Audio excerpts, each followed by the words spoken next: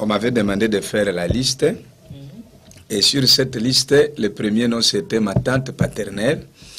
Et quand on m'a demandé si je la connaissais, j'ai accepté. Ils ont fait des invocations pour entrer en contact avec son esprit. Et on m'a donné le couteau. Je suis allé la blesser dans le miroir. Et ma grand-mère a demandé de vérifier. Finalement, elle a vérifié. On a vu du sang frais dans le couteau. Et elle a commencé à lécher ce sang-là. Et puis elle a dit, comme son sang est déjà entré dans mon estomac, elle est condamnée à mourir. Et donc, quelques semaines seulement après, ma tante était tombée gravement malade. Parce que quand vous voyez quelque chose se réaliser la journée, sachez que le sort a été déjà réglé la nuit. Ma tante est tombée malade, hospitalisée, à l'hôpital Mama Ema à l'époque. On a fait des examens, on ne trouvait rien. On l'a envoyé aux cliniques universitaires, dans les mots Amba.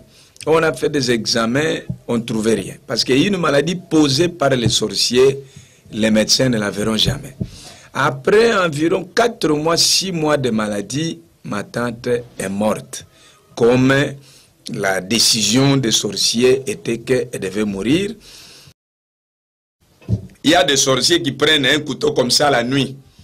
Il met seulement la main comme ça, il met le couteau, il envoie le couteau, il dit, comme tu vas là, je te donne la mission, tu vas tuer les papas, la maman, les grands frères, la grande sœur, les petits frères, jusqu'aux petits enfants. Et j'ai vu ce couteau-là peut traîner, depuis qu'on l'envoie là, ça peut faire 30 ans. Il a tué les papas il y a 2 ans, il tue la maman après 1 année, il tue les grands frères. Quand le couteau va terminer sa mission, il va revenir.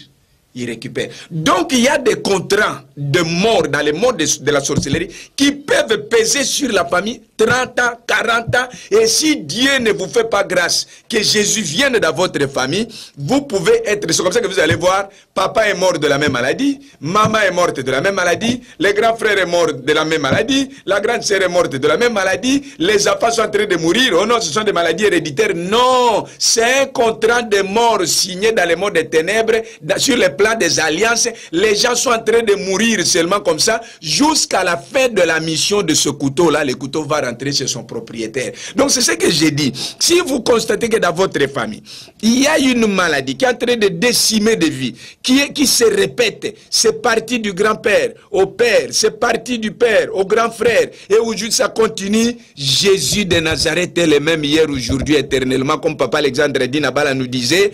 Croyez à ce Jésus-là, entrez dans la prière, allez où vous pouvez chercher Dieu chez ses serviteurs, parce que la Bible dit, il confirme la parole de ses serviteurs. Si vous avez des problèmes comme ça, en tout cas, Jésus a les bras ouverts, et par exemple, dans les ministères Source de Vie, vous pouvez venir, centre missionnaire Source de Vie, vous pouvez venir et vous allez trouver Dieu en œuvre et vous aurez la vie, vous aurez la délivrance, vous aurez le bonheur. Dieu va détruire toutes les barrières, tous les obstacles, toutes les montagnes qu'on a dressées, qu'on a fait dresser contre toi. Jésus de Nazareth, c'est le nom le plus puissant.